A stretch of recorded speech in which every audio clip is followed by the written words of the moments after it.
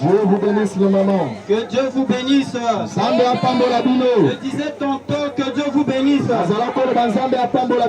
Nous vous remercions pour votre accueil, pour votre attention, pour votre amour. Si bien que nous sommes venus là où vous êtes en train de travailler, ce n'est pas pour vous distraire. Nous sommes bien conscients que là où vous êtes, c'est votre gagne-pain. Comme il est dit aussi, allez partout dans le monde et prêcher la bonne nouvelle. Donc cela ne nous donne pas le droit de prêcher seulement à l'église. Partout, nous devons prêcher la parole. Vous venez de dire, mon précieux frère, remarquez quand Jésus a rencontré les disciples, alors il était en train de faire le tri de ses disciples, ceux-là qui devaient marcher avec lui. Mais il n'avait pas tout rencontré en groupe. Il avait pris chacun dans son endroit. Partout il poursuivait sa prédication, il rencontrait chacun d'eux. Voilà pourquoi je vais vous dire ce matin, chère maman, ne dépend pas de l'endroit. Il peut arriver, ça fait des années que tu vas à l'église, tu n'as jamais entendu la voix de Dieu. Tu n'avais jamais disposé de ton cœur pour écouter un message venant de Dieu. Voilà pourquoi l'occasion te voilà ce matin. Dieu a mis le poids dans nos cœurs. Il y a plusieurs endroits où nous pouvons aller. Nous avons été conduits d'être ici ce matin parmi vous. Certainement parce qu'il y a le besoin quelque part. Parce que nous croyons que Dieu ne fait rien en vain. Il ne peut pas nous conduire au hasard. Il y a son enfant quelque part. Il y a son difficulté, qui a besoin de soutien de son père.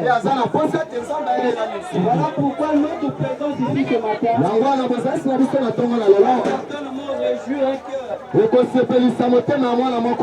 pour arranger la relation entre père et fille ou fils. Voilà pourquoi avant de tout faire, il est important que nous devons d'abord commencer par la prière.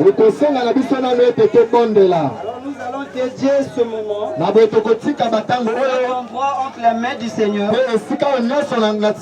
afin qu'il puisse nous conduire et nous remercier. Alors que nous allons prier, je veux vous inviter aussi, maman, et murmurer une petite prière dans votre cœur. Arrive des fois en sortant le matin, nous sommes tellement pressés. Nous oublions parfois de remercier Dieu. Lui qui nous a fait la grâce. En nous renouvelant le souffle de vie. Nous l'oublions. De lui dire le Fils que merci. Pourquoi ce matin l'occasion vous est donnée de pouvoir le dire merci. On ne peut peut-être pas fermer les yeux. Faut être vigilant à ce que tu es en train de faire. Que dans ton cœur murmure une prière. Alors que je vais prier pour commencer. Dieu, créateur des cieux et de la terre. Il est écrit, tu es l'étoile brillante du matin. La Bible dit, tu es le même hier, aujourd'hui, éternellement. Alors ce matin, nous te sommes infiniment reconnaissants. Ton amour et ta grâce. Voilà pourquoi ce moment que tu nous as permis, Seigneur. Nous voilà devant tes filles et tes fils. voulons parler de toi. Mais nous ne sommes pas plus importants. Nous n'avons plus rien de plus spécial à parler à ton peuple. Nous croyons que si toi, le créateur des cieux et de la terre, pour parler à ce peuple, ils seront satisfaits. Voilà pourquoi nous t'invitons, Seigneur,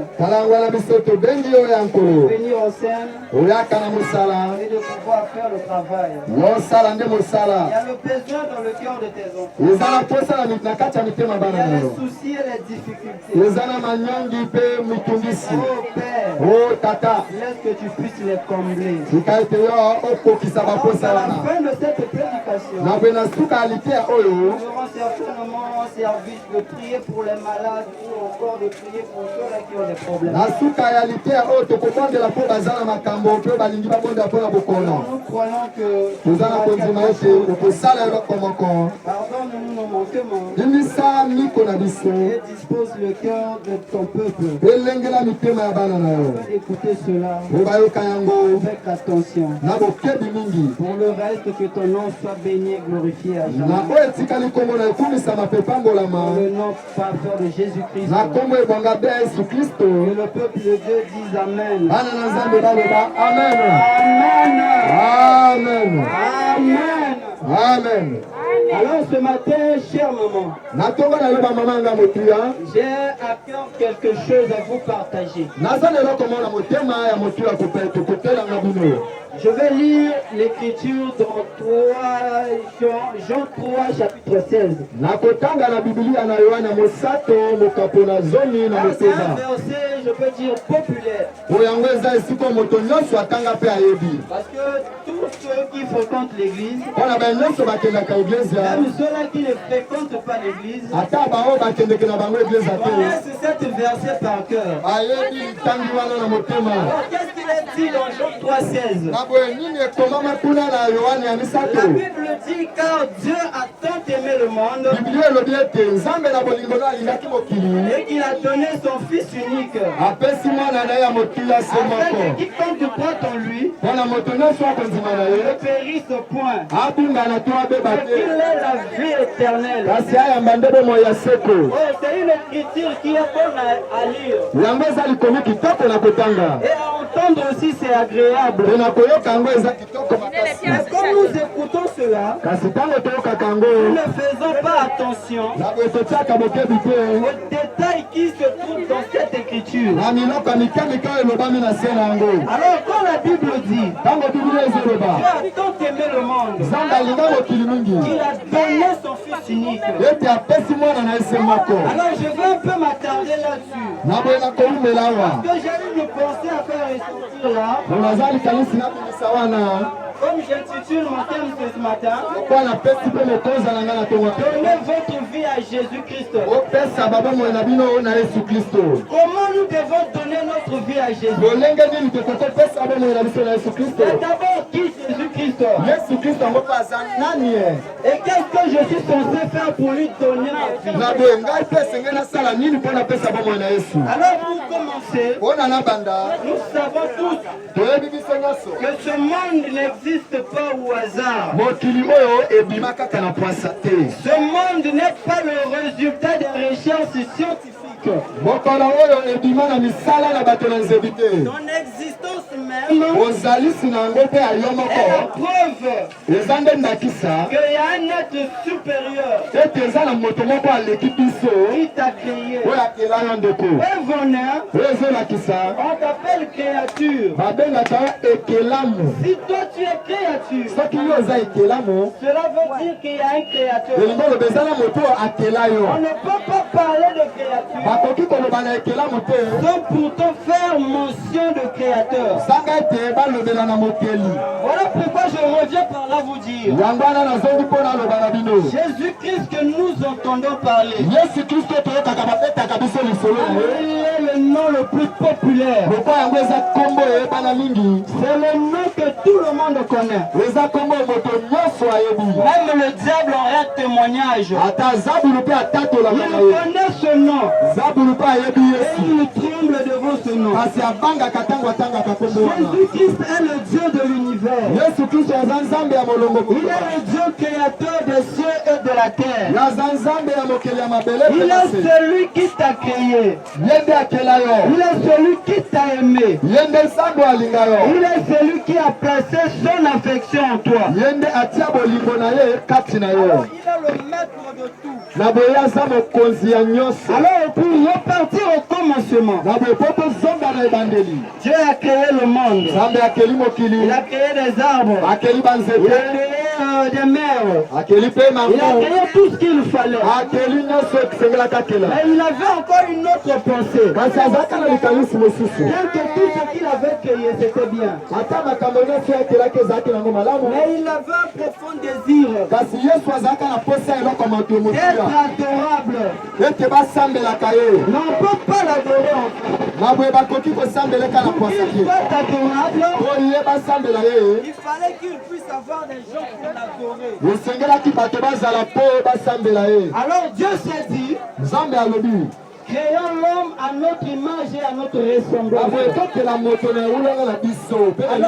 Alors c'est par ça qu'il pensait là. Que Dieu créa Adam. Parce que dans cette volée là, vous qui lisez la Bible, vous allez comprendre que Dieu avait façonné deux personnes. Dans une même personne. Parce qu'il y avait Adam créé. Il était à l'image et à la ressemblance de Dieu. Et Adam formé à la poussière de la terre. Alors, Dieu est esprit. Il avait aussi formé un homme esprit. Il n'avait pas besoin que cet homme puisse cultiver la terre. Il n'avait pas besoin que cet homme puisse régner sur la terre. Il avait fait de cet homme-là un petit Dieu. Cet homme-là aussi était esprit comme lui. Alors il était dans les capacités d'être en contact avec les choses de la nature. Alors Dieu s'est encore décidé de former l'homme à la poussière de la terre. Et de lui souffler son souffle de vie. Une façon d'injecter l'homme qu'il avait créé à son image dans cet homme formé de la poussière. C'est là que tout est parti. C'est là que la race adamique a commencé. Et c'est là que la vie humaine sur terre a commencé. Après tout ce qui s'est succédé, la venue de Ève, la chute d'Adam dans le jardin, et que Dieu l'a chassé dans le jardin. Dieu a maudit la terre à cause d'Adam. Voilà alors comment les souffrances sont abattues sur la terre.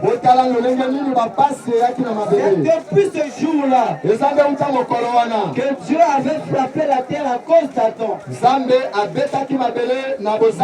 Il avait suivi les conseils de sa femme.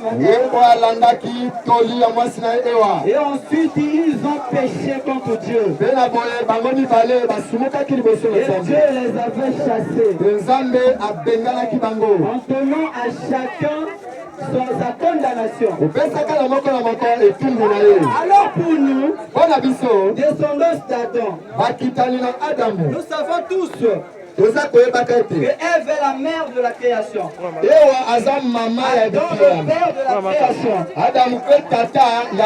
Donc cela nous donne le droit de dire que nous sommes ses descendants. Alors comme le péché a abondé, le péché a surpassé, le péché est arrivé à son comble. Dieu avait décidé de pouvoir sauver l'humanité. péché. akosola molongo. Et comme ce péché-là, Pourquoi lisumu wana? personne n'était digne. Moko te alongobanaki. Personne ne pouvait racheter ce peuple perdu. Moko te akokaki kokosola libota wana. Il fallait que lui-même, Esengaki ye moko. le Créateur, Mokeli. puisse former un corps Akela nzoto. et se plonger dans ce corps, Ye moko ni nyolisa na nzoto. descendre sur la terre.